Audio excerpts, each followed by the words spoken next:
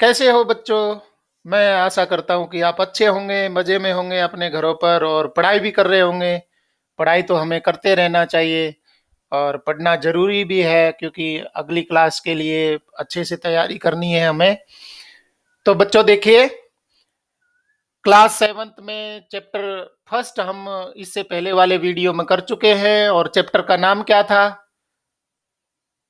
Chapter का नाम था, बिल्कुल आप सही सोच रहे हैं, क्या नाम था? इससे पहले आपने वीडियो देखा है तो आपको चैप्टर का नाम पता है, न्यूट्रिशन इन प्लांट्स।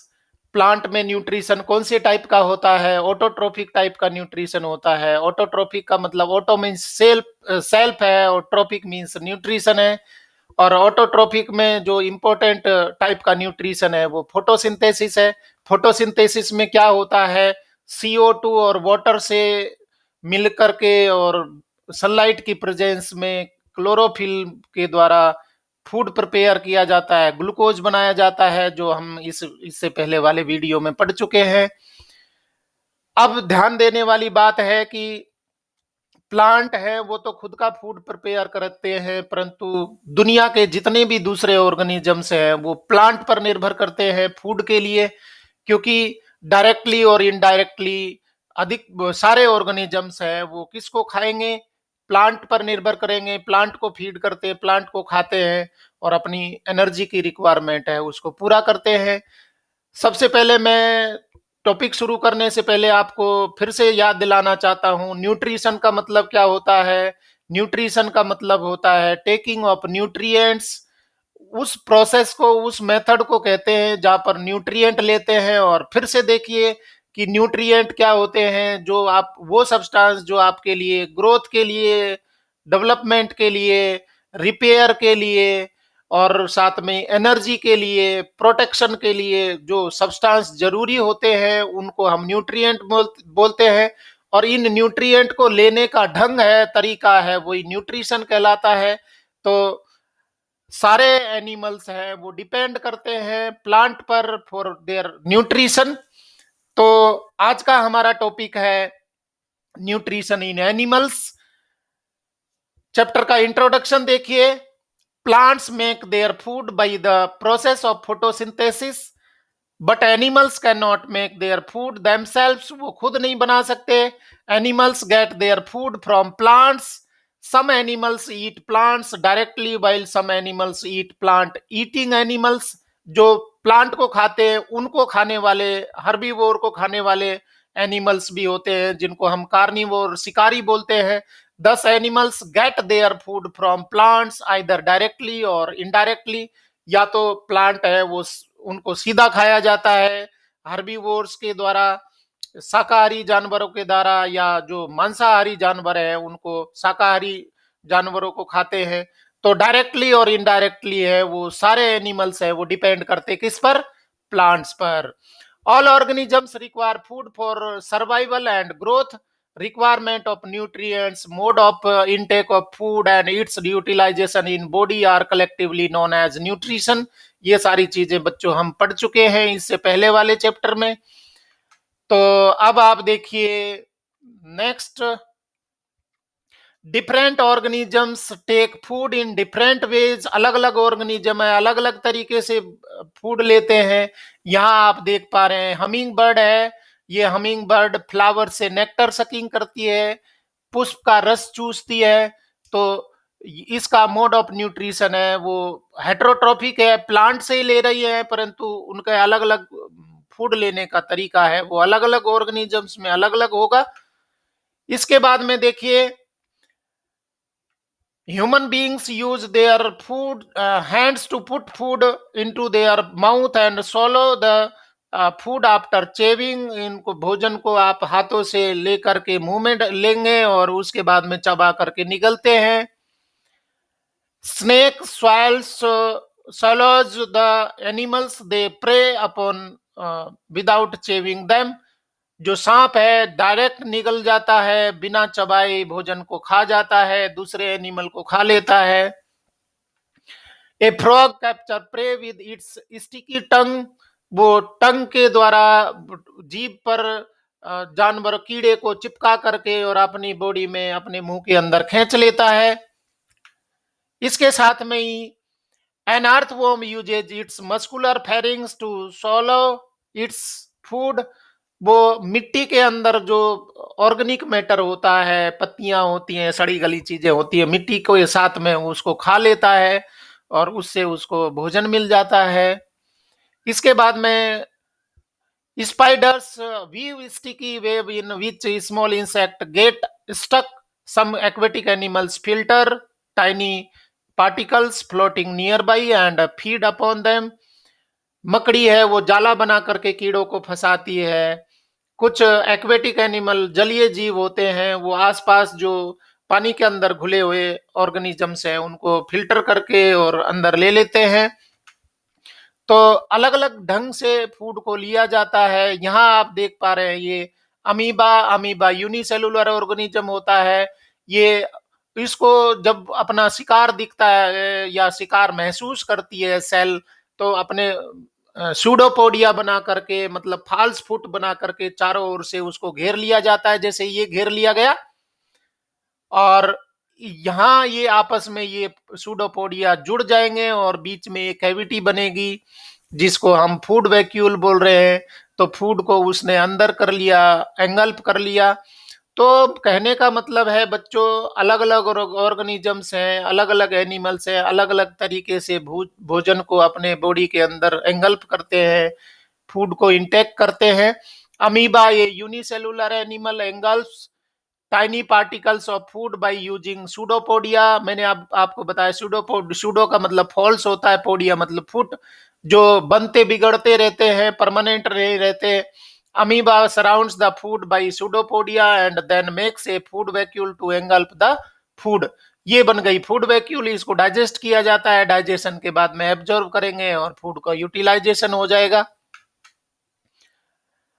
डाइजेशन का मतलब क्या होता है? डाइजेशन का मतलब होता है, बहुत सीधे से मतलब में समझिए कि भोजन को कॉम्प्लेक्स फॉर्म में लिया जा रहा है, कंपाउंड फॉर्म में लिया जा रहा है, तो उसको जब तक सिंपल फॉर्म में नहीं टूटेगा वो यूज नहीं हो सकता, बॉडी यूटिलाइज नहीं कर सकती।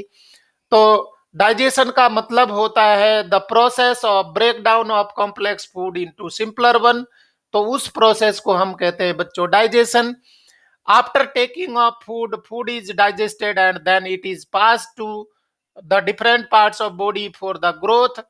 डाइजेशन होने के बाद में ही वो यूज होगा तो वो काम आएगा ग्रोथ के लिए, रिपेयर के लिए, other vital functions of body. The food we take is primarily in the form of complex substances. जो हम लेते हैं वो कॉम्प्लेक्स होते हैं। Food in such complex form is not used as such by animals, hence they need to be first broken down into simpler soluble forms so that they can be absorbed by the cells of the body. Simple तोड़ना इसलिए जरूरी होता है क्योंकि cell है वो simple form में ही use कर सकती है, इसलिए डाइजेशन होना जरूरी है। तो हमने यहाँ न्यूट्रिशन में पढ़ रहे हैं कि कोई भी तरीके से फूड को अंदर लिया, इंगल्फ किया, गटका, तो वो कहलाता है इंजेशन। दूसरी इवेंट इसमें होगी digestion, break down of complex food into simpler one. इसके बाद में आप देखिए ये डाइजेस्टिव सिस्टम है, ह्यूमन बीइंग का डाइजेस्टिव सिस्टम है। क्या क्या पार्ट होंगे? माउथ होगा, माउथ में लिप्स है, टीथ है, टंग है, सलेवरी ग्लैंड्स है। यहाँ भोजन को चबाया जाता है, पीसा जाता है और उसमें लार मिलाई जाती है। लार मिलाने के साथ में ही फूड को माउथ के अंदर टेस्ट लिया जाता है। आप स्वाद लेते हैं क्योंकि टंग में टेस्ट बर्ड्स होती हैं। फूड को टेस्ट लेने के बाद में, उसको चबाने के बाद में, उसको लार मिलाने के बाद में गटका जाता है। गटकने के बाद में वो फूड जाएगा फेरिंग्स में।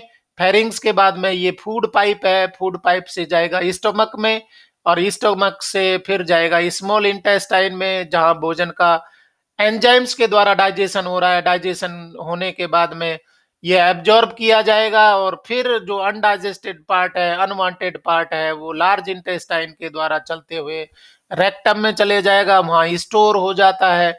स्टोर होने के बाद में जब रेक्टम फुल हो जाता है, मला से फुल हो जाता है, तो हमें अर्ज होती है, हम हमें कहीं जाना पड़ेगा उसको खाली करने के लिए। तो ये चीजें आप डेली रूटीन में हमें पता है, भोजन करते हैं उसका डाइजेशन होता है, और फिर अनवांटेड पार्ट है उनको थ्रोन आउट या मूव आउट कर दिया जाता है। तो बच्चों ये आप डायग्राम समझ पाए। डायग्राम को फिर से देखिए, क्या क्या पार्ट होते हैं, इसको आपकी नोटबुक में बनाना भी है, ड्रॉ करना है डायग्राम। ये देखिए, ओरल कैविटी, मुंह है उसके अंदर कैविटी पाई जाती है जिसको ओरल कैविटी बोलते हैं। ओरल कैविटी, बकल कैविटी में सेलिवरी ग्लैंड्स है, अपना सेलिवा का सीक्रेशन करते हैं। उसके बाद में यहाँ पर इसको बोलेंगे फेरिंग्स, ये फेरिंग्स है, फेरिंग्स से फूड जाएगा ईसोफेगस में जिसको फूड पाइप बोल रहे हैं, मैंने अभी बताया। ये है स्टमक, स्टमक के बाद में ये फूड जाएगा ड्यूडीनम में। ड्यूडीनम स्मॉल इंटेस्टाइन का पार्ट है जो दो तरीके के जूस रिसीव करती है। ये गॉल ब्लेडर है जो लीवर में पाया जाता है, लीवर से गॉल ब्लेडर है से वो फूड को डाइजेस्ट करने वाले बाइल जूस आते हैं जो फैट का इमल्सिफिकेशन करते हैं। इसके साथ में ही पैनक्रियाज है, लीफ लाइक स्ट्रक्चर, पैनक्रियाज से भी जूस आता है जो फूड को डाइजेस्ट करेगा। और यहाँ डाइजेशन होने के बाद में फूड स्मॉल इंटेस्टाइन में आएगा। स्मॉल इंटेस्टाइन में फूड को और फर्दर डिवीजन करेंगे, फर्दर ब्रेक डाउन करेंगे, और जब कंप्लीटली टूट जाता है तो फिर फूड को एब्जॉर्ब किया जाता है। कहाँ एब्जॉर्ब करेंगे फूड को भाई? ये इलियम में। और चूंकि भोजन यहीं पर है और जरूरत पूरी बॉडी को है, तो यहाँ एब्जॉर्ब होने के बाद में इलियम से वो चले जाएगा each and every cell of the body by the transportation of food by blood. और इसके बाद में ये लार्ज इंटेस्टाइन आप देख पा रहे हैं, यहां से वो जाएगा रेक्टम में। तो इस तरीके से हमारा डाइजेस्टिव सिस्टम है बच्चों। डाइजेस्टिव सिस्टम को देखिए, क्या डाइजेशन का मतलब होता है? The process of breaking down of complex component of food into simpler substances is called digestion. The process of digestion is different in human, grass eating animals, amoeba and hydra. अलग अलग organisms में digestion है वो अलग अलग होता है, क्योंकि वो किस प्रकार का भोजन ले रहे हैं, खा रहे हैं, उसके आधार पर फूड का डाइजेशन है वो डिपेंड करता है, निर्भर करता है। और फूड को डाइजेस्ट करने के लिए जो केमिकल्स होते हैं उनको बच्चों कहते हैं enzymes. Enzymes help in the breakdown of complex molecule like carbohydrate, protein, fat into simpler molecules. Digestion in unicellular animals like amoeba is intracellular. The digestive enzymes are secreted in the food vacuole. Cell के अगर अंदर digestion हो रहा है तो उसको intracellular digestion बोलेंगे, और सेल से बाहर डाइजेशन हो रहा है तो उसको इंटरसेलुलर डाइजेशन बोलेंगे। इसके बाद में नेक्स्ट देखिए, सब शुरुआत हम कर रहे हैं हर एक पार्ट से। Mouth, the food is ingested through the mouth. Ingestion का मतलब गटकना। The mouth contains tongue, teeth and salivary glands. जो मैंने अभी आपको बताया, teeth break the food into smaller particles. आप चबाते हैं तो छोटे छोटे पीसेज में टूट जाते हैं। This process is called mastication, चबाना बोलते हैं इसको, मैस्टिकेशन पीसना बोलते हैं। The chewed food is mixed with saliva. जो चबाया हुआ भोजन है उसमें क्या मिलाई जाती है? सैलिवा, लार मिलाई जाती है। Saliva is a watery fluid secreted by the salivary glands. याद रखना है, सैलिवरी ग्लैंड्स के द्वारा क्या रिलीज किया जाता है? Saliva. Saliva contains a type of enzyme called the salivary amylase. कौन सा एंजाइम पाया जाता है?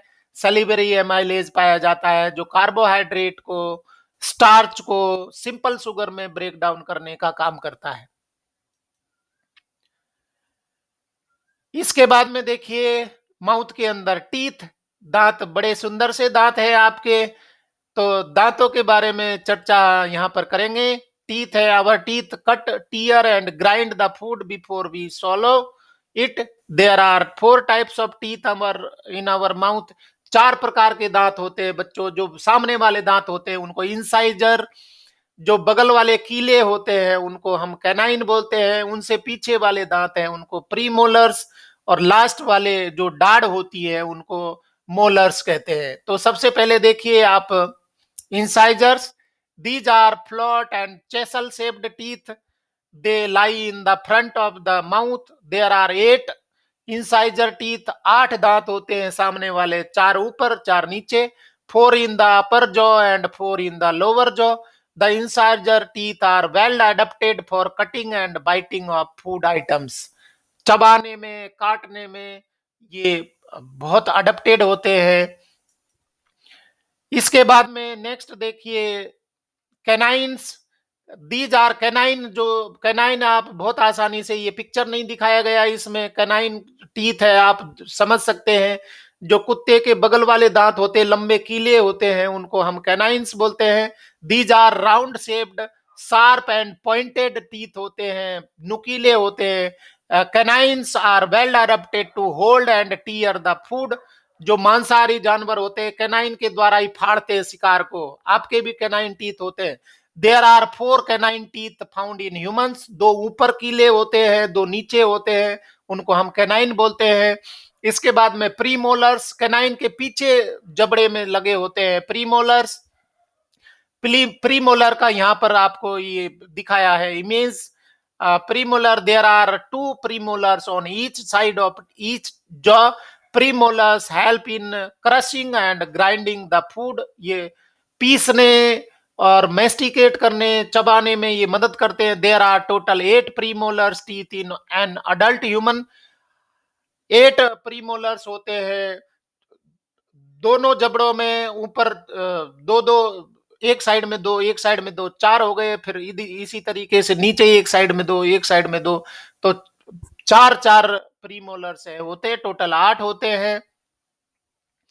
इसके बाद में लास्ट के दांत होते हैं बच्चों मोलर्स, जिनको हम डाड बोलते हैं. There are 2 molars on both sides in both the jaws. They have almost a flat surface with small projections. These teeth are meant for fine grinding of food. बारीक से चबाने में मदद करते हैं. There are total 12 molars teeth including the wisdom teeth in an adult human. The 4 molar teeth are also called wisdom teeth. Wisdom teeth usually grow between the age of 18 to 21. अभी आपको ये अगर अकल डाढ़ है वो नहीं आई होगी, तो इस तरीके से दांतों का वर्णन हमने पढ़ा. The tooth is covered with a white substance called enamel. जो सफेद सा रंग दिखता है दांतों का, वो किसकी वजह से होता है, ये आप देखिए एनिमल. एनिमल कहते हैं. It is the hardest of substance in the human body. सबसे टफ हार्ड सब्सटेंस होता है, और ये हमारे दांतों को टफनेस देने में, सॉलिड बनाने में मदद करता है. इसके बाद में नेक्स्ट को देखिए, क्वेश्चन अभी नहीं करेंगे. टंग, आपके ये टंग है, कौन कौन से स्वाद कहाँ से लिए जाते हैं. बिल्कुल सामने वाला पार्ट है वो स्वीट. स्वीट जो मीठा है उसको महसूस करेगी. बगल वाले एंटीरियर फ्रंट पार्ट पर साल्टी, नमकीन को स्वाद लेते हैं. ये सौर, खट्टेपन का स्वाद लेंगे. और लास्ट में है बिटर, जो कड़वा स्वाद होता है, वो पीछे की ओर आता है. कोई चीज आप खा लेते हैं और जब निगलने को होते हैं तो कड़वा लगता है, तो कड़वा टेस्ट जो आएगा आपके कहाँ पर मिलेगा, ये बिटर टेस्ट है, वो लास्ट में चखा जाता है, क्योंकि यहाँ पर टेस्ट बड्स होती है. The tongue is a muscular organ. Tongue helps to mix saliva in the food. It also helps to push the food down the food pipe or esophagus. Taste receptors are present in tongue and give us the sense of taste. आपको स्वाद लेने में, test लेने में ये मदद करते हैं. इसके बाद में आ जाइए, फूड जाएगा यहाँ से. स्वाद लेने के बाद में, सलीवा मिक्स करने के बाद में, इसको चबाने के बाद में फूड जाएगा ईसोफेगस में. ईसोफेगस ये फूड पाइप है बच्चों. यहाँ लंबी सी पाइप होती है जिसको ईसोफेगस बोलते हैं. It is a tube like structure connecting the mouth and the stomach. ये दोनों के बीच का कनेक्टिंग लिंक बना रही है, स्टमक और माउथ के बीच में. It is about 30 centimeter long. Esophagus has powerful muscles which gently push the food down to the stomach. वो नीचे की ओर भोजन को करने में, पहुंचाने में मदद करते हैं.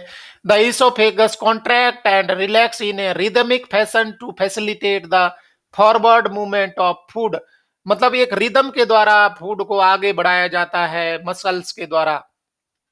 This movement happens in other parts of the alimentary canal as well as and is called peristaltic movement या peristalsis बोलते हैं, जो धीरे धीरे पीछे से कॉन्ट्रैक्ट होती जाती है मसल्स और आगे रिलैक्स होती जाती है, तो फूड आगे बढ़ते जाता है धीरे धीरे. तो इस प्रकार का मूवमेंट क्या कहलाता है बच्चों? याद रखिए, पेरिस्टाल्टिक मूवमेंट कहलाता है या पेरिस्टाल्टिस बोलते हैं. There is no digestion takes place in oesophagus, यहाँ भोजन है वो सिर्फ मुंह कर रहा है, यहाँ डाइजेशन नहीं होता क्योंकि इसके द्वारा कोई डाइजेस्टिव एंजाइम रिलीज नहीं होते. और अब आ जाइए, ये आपका पेट, जो आप कहते हैं कि पेट में चूहे दौड़ रहे हैं, वो कहाँ है? ये इसके अंदर है, ये स्टमक है. Stomach, it is a muscular J-shaped, thick-walled bag. Stomach is the widest part of alimentary canal. ये थैले के आकार का होता है. It receives food at one end from food pipe and open into the small intestine from other end. एक and है वो ईसोफेगस से फूड लेता है, दूसरा एंड है वो डूडीनम में फूड रिलीज करता है. दोनों जगह पर एक रिंग जैसी स्ट्रक्चर पाई जाती है बेटा. यहाँ पर आप देखेंगे कि यहाँ ये स्पिंक्टर होते हैं, वाल्व इस मिलेगा, यहाँ पर स्पिंक्टर है, ये दूसरा स्पिंक्टर है. तो फूड को थोड़े समय तक रोकने के लिए इसको फूड दोनों स्पिंक्टर बंद हो जाते, तो भोजन को अच्छे से इसकी मसल्स के द्वारा मथा जाता है, पीसा जाता है, और इसके बाद में यहाँ पर HCl या हाइड्रोक्लोरिक एसिड है वो मिक्स किया जाता है. डाइजेस्टिव एंजाइम फूड का डाइजेशन करते हैं. Stomach churns the food to mix digestive juice से, जो ऐसे मथा जाता है, मथने से वो डाइजेस्टिव जूस है वो फूड में मिक्स हो जाते हैं. The food in the stomach is turned into semi solid, वो अभी सेमी सॉलिड बन गया है. The turned semi solid food is called crime. अभी भोजन का पीसने के बाद में इसको हम काइम बोल रहे हैं. Gastric juice is secreted from the wall of stomach. Gastric juice का मतलब होता है जो स्टमक की वॉल के द्वारा जो एंजाइम्स या जो सीक्रेशन रिलीज किया जाता है उसको हम गैस्ट्रिक जूस बोलते हैं. And mix with food, gastric juice contains some enzymes and hydrochloric acid, जो उसको एसिडिक मीडियम देता है. एसिडिक मीडियम होने से क्या होता है बच्चों? भोजन के साथ में अगर कोई माइक्रो ऑर्गेनिज्म आ गया तो वो एसिडिक मीडियम में ग्रो नहीं करता, वो किल हो जाता है, और साथ में ही गैस्ट्रिक जूस के एंजाइम्स हैं वो एक्टिवेट हो जाते हैं. इसके बाद में ये आ जाएगा स्मॉल इंटेस्टाइन में. The food leaves the stomach at certain intervals of time and enters into the small intestine. Small intestine में आ जाएगा. स्मॉल इंटेस्टाइन के वॉल के द्वारा भी एंजाइम रिलीज होते हैं और ये डाइजेस्टिव जूस रिसीव करते हैं. The small intestine is the longest part of the digestive system. It is about 20 feet और 7 metres long in an adult human. एक वयस्क आदमी में 7 मीटर लंबी स्मॉल इंटेस्टाइन होती है. Small intestine is a highly coiled tube. आप यहाँ देख पा रहे हैं बहुत ज्यादा इसमें फोल्डिंग मिलती है, कॉइलिंग होती है. It consist of 3 parts. 3 part इसके होते हैं स्मॉल इंटेस्टाइन के, ड्यूडीनम, जेजुनम एंड इलियम. तो बच्चों याद रखिए, स्मॉल इंटेस्टाइन लेंथ में तो बहुत बड़ी होती है पर पतली होती है, इसलिए इसको स्मॉल इंटेस्टाइन बोल रहे हैं. और अब डाइजेशन होने के बाद में, एब्जॉर्प्शन होने के बाद में फूड है जो अनडाइजेस्टेड पार्ट है वो आप यहाँ देख पा रहे हैं, मोटी लार्ज इंटेस्टाइन है. The digested food enters into large intestine after small intestine, मतलब अनडाइजेस्टेड है, अनयूटिलाइज्ड फूड है वो जाएगा लार्ज इंटेस्टाइन में. The large intestine is wider and shorter than small intestine. It is about 1.5 metre in length. वो मोटी होती है और छोटी होती है, इसलिए इसको लार्ज इंटेस्टाइन बोल रहे हैं. और इसके बाद में ये डाइजेशन है वो कंप्लीट हो जाता है ह्यूमन बीइंग का. अभी जो नेक्स्ट पार्ट है डाइजेशन इन ग्रास ईटिंग एनिमल्स. तो ग्रास ईटिंग एनिमल्स में ये आप देख पा रहे हैं इस प्रकार की डाइजेस्टिव ट्रैक्ट होती है या एलिमेंट्री कैनाल होती है जिसमें भोजन जाने के बाद में पचेगा. Ruminants, none of the animal can digest cellulose, which is a major component of the food eaten by herbivores. जो घास फूस खाते हैं वो सेलुलोज को डाइजेस्ट नहीं कर पाते, तो इसको डाइजेस्ट करने के लिए इनके पास में क्या तरीका है? The plant eating animals digest their food in 2 steps. 2 step में इसको डाइजेस्ट किया जाता है। Their stomach is divided into 4 chambers. यहाँ आप चेम्बर देख पा रहे हैं, 4 चेम्बर्स में डिवाइड होता है। द रूमेन, पहला रूमेन है, उसके बाद में रेटिकुलम, तीसरा है ओमेसम और लास्ट में abomasum. First of all, half chewed food is swallowed and it then goes from mouth to the rumen, the first chamber of the stomach. Here it is acted upon by bacteria. These microorganisms digest the cellulose. बच्चों, ये खुद digestion नहीं कर पा रहे cattle है, जो घास खाने वाले जानवर है, परंतु उनके रूमेन के अंदर, ये आप देख रहे हैं, ये रूमेन के अंदर बैक्टीरिया पाए जाते हैं जो सेलुलोज को डाइजेस्ट कर जाते हैं। और जब सेलुलोज डाइजेस्ट हो जाता है तब जाकर के ये फिर यूटिलाइज होता है। ब्रेक डाउन होने के बाद में डाइजेस्टिव एंजाइम है ये कैटल के, उसको ब्रेक डाउन करेंगे। तो इस तरीके से इनका डाइजेशन होता है। हमारी बॉडी में वो सेलुलोज को डाइजेस्ट करने वाले बैक्टीरिया नहीं पाए जाते, इसलिए हम सेलुलोज का डाइजेशन नहीं कर पाते। परंतु घास फूस खाने वाले जानवर है वो कर पाएंगे, क्योंकि उनके रूमेन में क्या पाया जाता है बच्चों? बिल्कुल सही, उनमें सेलुलोज को डाइजेशन करने वाले बैक्टीरिया पाए जाते हैं जिनको मीथेनोजेंस बोलते हैं। और बच्चों, आपको ये भी ध्यान रखना है कि जुगाली भी करते हैं। जो भी घास फूस खाने वाले जानवर होते हैं वो जुगाली करते, पहले जल्दी जल्दी से चबा के खा लिया जाता है और फिर आराम से बैठ करके उसको चबाया जाता है, पीसा जाता है वापिस ला करके मुंह में।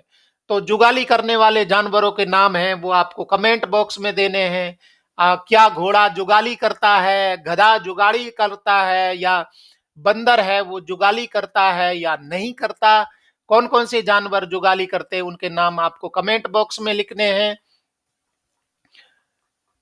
और इस तरीके से ये डाइजेशन है वो होता है बच्चों। आप ये देखिए, नेक्स्ट पार्ट हम कंप्लीट कर रहे हैं इसको, टॉपिक को। क्वेश्चन है मैंने आपसे पूछ लिया, तो हमारा ये टॉपिक है वो कंप्लीट हो गया बच्चों। आपको वीडियो कैसा लगा आप कमेंट बॉक्स में कमेंट लिखेंगे, और आप कैसे हैं, आपकी पढ़ाई कैसी चल रही है, वो सारी बात हमें बताएंगे। मेरा वीडियो आपको अगर पसंद आया है तो इसको अपने मित्रों के साथ में, अपने दोस्तों के साथ में शेयर करें, वीडियो को लाइक करें, और साथ में ही मेरा चैनल है उसको सब्सक्राइब करें। मेरे चैनल का नाम है नॉलेज मंडली। नॉलेज मंडली को आप सब्सक्राइब कर लेंगे, बेल आइकन को दबा लेंगे, तो क्या होगा, आपको जब भी नया वीडियो आएगा आपका क्लास का, तो आप आसानी से उसको देख पाएंगे। Thank you very much.